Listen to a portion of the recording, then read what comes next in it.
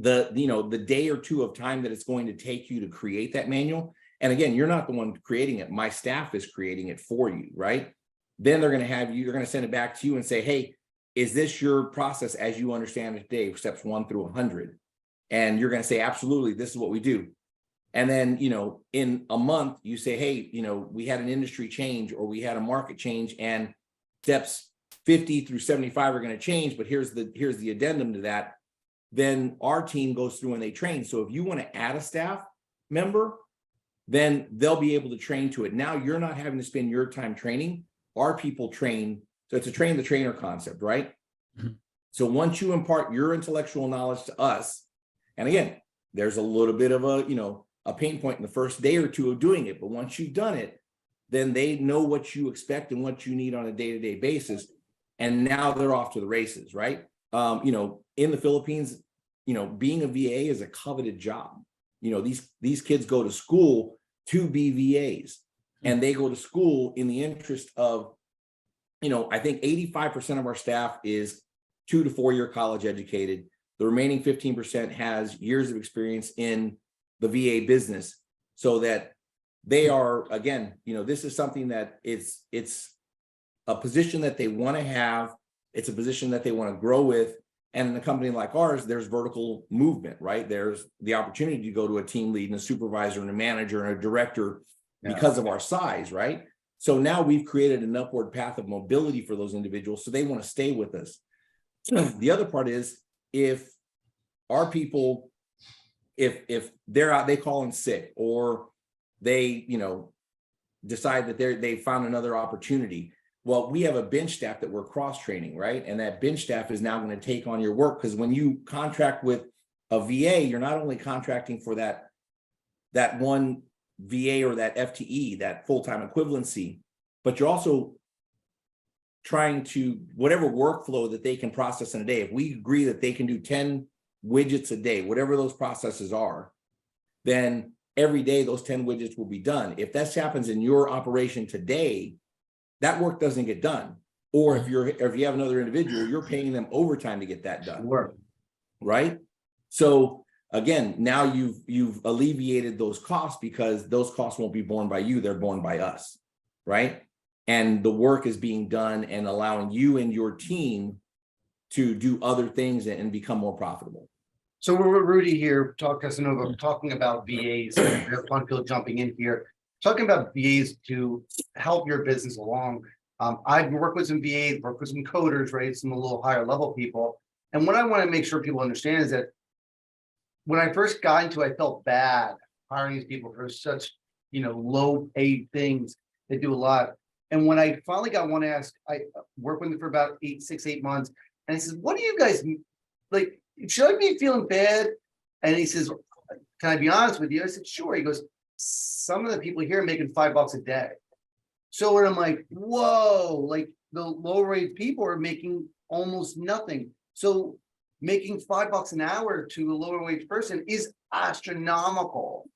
So from what your experience is that the reason that this job is so coveted, because of the fact that it is a higher paying job than they would traditionally get in their country? It's a higher paying job. It's an office job. It is a job. And, there are two different types of VAs, right? There's work from home VAs, and then there's work from an office VA. And depending on the complexity of the nature of your business and what you do, there's advantages to either, right? Mm-hmm. One of the advantages of being in an office is you have, at least in our operations, right? You have redundancy of power. So you have backup generators. You have, in our office, we're ISO 27001 2013 data certified. So it's international data standard. And so our people are walking in and they're putting all of their personal belongings into a locker room. They're biometrically scanning into the office. Mm-hmm. All of their data ports are locked down. All of their ports of entry from an internet perspective are locked down, except for whatever the portal of entry is for your processing. So whether it's a Citrix connection, VPN connection, web-based portal access connection, our folks are relegated to doing your work. So they're not surfing Facebook like the US-based employees today. They're not on Twitter. They're not on those things except during their breaks, right? So the level and quality of work is raised, right? And so there's a lot of advantage to doing that. When they're work from home, we employ the use of a software that monitors keystrokes, that monitors movement, that monitors all of these things to ensure that the workflow that they're contracted for is being done on a daily basis. Not to mention the fact that all of our clients get a daily work report that says, hey, today you sent 10 widgets and Rudy did all 10 widgets. Today you sent 12 widgets and Rudy did all 12. And now you have a daily tracking mechanism for how much work is being sent, how much work is being done. And it helps you understand then whether or not you need to send more work or potentially hire another individual because you're sending too much work, right? So there's a lot of ways to do to enhance what you do there. And again, back to what you said originally, I encourage people, look at, Global Strategic's Facebook pages, right? We have our team that is, they have dance teams and they have dance offs and they have parties and events. And we have an employee activity committee where we're doing, annual parties and events and doing things to help our staff maintain continuity in what they do, but also make sure it's a fun environment and it's an environment that they want to stay at. During the pandemic, the onset of the pandemic, we actually housed 60 people in our office for 90 days. We have showers, we have events. They were able to stay working, right? We were able to deliver to our clients the workflow that they needed to be done because everything was shut down here, right? Yeah. We took MiFis, we took computers and delivered them before the entire country shut down so that work could continue. And these people were great and they were ecstatic because they were being paid when no one else was. Yeah. They were getting the work done when no one else was. So yeah, it's like I said before, it's a coveted job. It gives them the opportunity for advancement in their society. And that's huge. For the common person like we are, what is the biggest struggle for them to make this shift from doing it themselves, working in the business and on the business at the same time, to hiring a VA? What is typically the biggest struggle and how do you guys help with it? It's the I do it better factor, right? I do it better. I understand it better. I can work through this better than anybody else can. That's great. And you know what? Maybe that is the case. However, there's only so many hours in a day. You can only do so much. If you employ the use of a VA and at the onset, you train them properly, right? Now your bandwidth is increased and your ability to earn and or spend quality time with your family is increased, right? And those are the things you have to consider. Yes, like I said, I'm not gonna sugarcoat it. In the beginning, you're gonna be like, I don't have time to do this. I don't have time to train. I don't have time.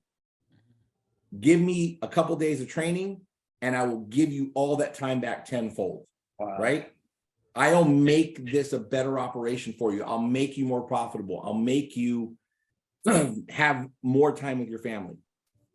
All things that are very important to me in my life, for sure. So then, is it always like when you're hiring somebody, is it paid by the hour, or can you also opt to do it by project? So you can opt to do it by project. I try and shy away from that a little bit more. Now we have plenty of people who do, so don't get me wrong. But the reason why is I like creating subject matter experts. And I think when you hire people internally in your office, you want to have people who are knowledgeable in what you do and understand your process and buy into your process. By hiring a full-time individual, that gives them the opportunity to begin to learn and grow with your business. And as they learn and grow with your business, they become better at what they do for you, which increases your opportunity to be better. And that's my perspective.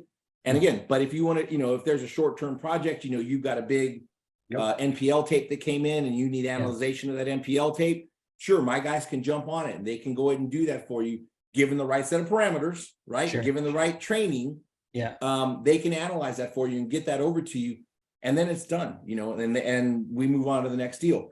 But again, if you want to have continued success, I would very highly recommend creating your own subject matter expert, creating somebody who's on your team, that is your person, who understands you and your workflow.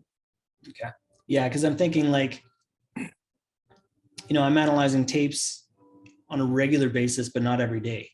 You know what I mean? So analyzing a tape once, maybe twice a month kind of thing, or possibly more often, but certainly not every day. So it would kind of be part-time work in that case. And would that work as well? That would work as well. But what I would encourage you to do there is have them do that part-time. And then the other part of the time, there are other facets of what you do that they can learn and they can assist you with. And again, give you additional bandwidth to go down to seek out more tapes, to seek out more, to do other business lines,